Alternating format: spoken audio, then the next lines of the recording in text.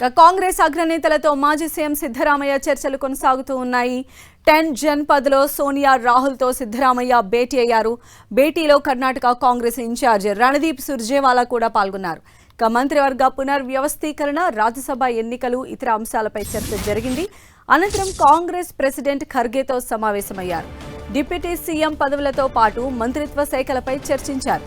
కుమారుడికి కీలక శాఖలు కోరుతున్నారు సిద్ధరామయ్య.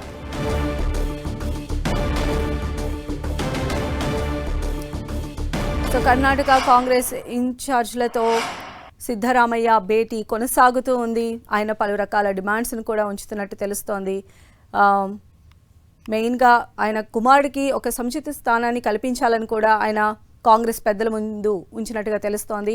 10 జన్పథ్లో సోనియా రాహుల్తో సిద్ధరామయ్య భేటీ అయ్యారు. కర్ణాటక కాంగ్రెస్ ఇన్ఛార్జ్ రణదీప్ సుర్జేవాలా కూడా ఈ భేటీలో పాల్గొన్నట్టుగా తెలుస్తోంది.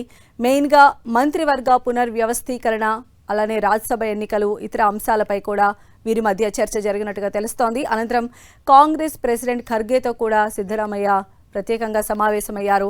మెయిన్గా డిప్యూటీ సీఎం పదవులతో పాటు మంత్రిత్వ శాఖలపై కూడా చర్చించారు. అలానే కుమారుడికి కీలక శాఖలు కూడా కోరుతూ ఉన్నారు సిద్ధరామయ్య.